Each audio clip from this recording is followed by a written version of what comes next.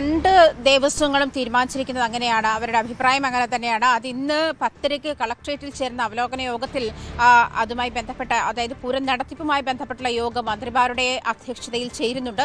അതിൽ ഇത് അറിയിക്കുകയും ചെയ്യും. ദേവസ്വങ്ങളും വെടിക്കെട്ട് ഒഴിവാക്കി പൂരം നടത്താനുള്ള തീരുമാനത്തിലേക്കാണ് പോയിരിക്കുന്നത്. അതേസമയം മറ്റ് ചടങ്ങുകൾ ആചാരത്തിന്റെ ഭാഗമാണ്. അതായത് മഠത്തിൽ വരവ്, ഇലഞ്ഞിത്തറം വേണം, തെക്കോട്ടിറക്കം, അതുപോലെ കുടമാറ്റം തുടങ്ങി രാത്രിപൂരം, പകൽപൂരം ഉൾപ്പെടെയുള്ള കാര്യങ്ങൾ കൃത്യമായി അതിൻ്റെതായ ആചാരാനുഷ്ഠാനങ്ങളോടുകൂടി നടത്തപ്പെടും. ആഘോഷത്തോടെ കൂടി തന്നെ നടത്തപ്പെടുമെന്ന് തന്നെയാണ്.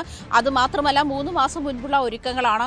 ആ ഒരുക്കങ്ങളൊക്കെ പെട്ടെന്ന് ഒരു ദിവസം ഇല്ലാതാകുമ്പോഴുണ്ടാകുന്ന അതിനുവേണ്ടി തയ്യാറെടുത്ത ആളുകളുടെ ബുദ്ധിമുട്ട് കൂടി കണക്കിലെടുത്തുകൊണ്ടാണ് ഇത്തരത്തിലൊരു അഭിപ്രായത്തിലേക്ക് തങ്ങൾ നീങ്ങുന്നതെന്നാണ് തിരുവമ്പാടി ദേവസ്വം അറിയിക്കുന്നത്. അങ്ങനെയാണ്. എന്തായാലും തിരുവമ്പാടി ദേവസ്വവും പാറമേക്കാവ് ദേവസ്വവും ഈ അഭിപ്രായങ്ങൾ ഇന്ന് യോഗത്തിൽ അറിയിക്കുമെന്നാണ് മനസ്സിലാക്കുന്നത്. അതിനുശേഷം രഞ്ജിത്ത് സൂചിപ്പിച്ചതുപോലെ സർക്കാർ തീരുമാനമാണ് അന്തിമം ഇക്കാര്യത്തിൽ. നേരത്തെ തന്നെ ഈ പുച്ചിങ്ങൽ വെടിക്കെട്ട് അപകടവുമായി ബന്ധപ്പെട്ട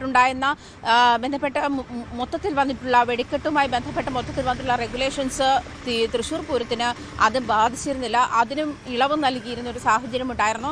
അതായത് ഈ ആഘോഷത്തിന്റെ ഭാഗമാണ് വെടിക്കെട്ടെങ്കിൽ പോലും അതിന് ഒരു വലിയ പ്രാധാന്യം നൽകി പോന്നിരുന്നു. പക്ഷേ ഇത്ര അധികം ആളുകൾ ഈ അപകടത്തിൽ മരിച്ചു പോയിരുന്ന ഒരു സാഹചര്യത്തിൽ പലരുടെയും ഈ പറഞ്ഞതുപോലെ അതിരൂക്ഷമായ തരത്തിലുള്ള അപകടമാണ് സംഭവിച്ചിട്ടുള്ളത്. പലരെയും തിരിച്ചറിയാൻ കഴിയാത്ത തരത്തിൽ അസ്ഥി വരെ ഉരുകിപ്പോകുന്ന തരത്തിലുള്ള വലിയ അപകടമാണ് സംഭവിച്ചിട്ടുള്ളത്.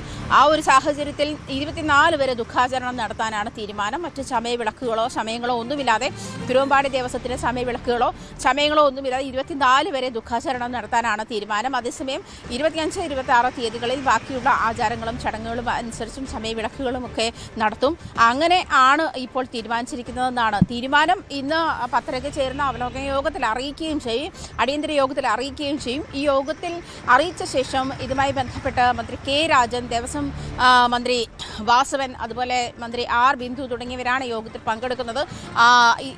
ഇവരുടെ നേതൃത്വത്തിൽ ചേർന്ന യോഗത്തിൽ ഇന്ന് കളക്ട്രേറ്റിൽ ഇതുമായി ബന്ധപ്പെട്ട തീരുമാനം എടുക്കുമെന്നാണ് മനസ്സിലാക്കാൻ കഴിയുന്നത്.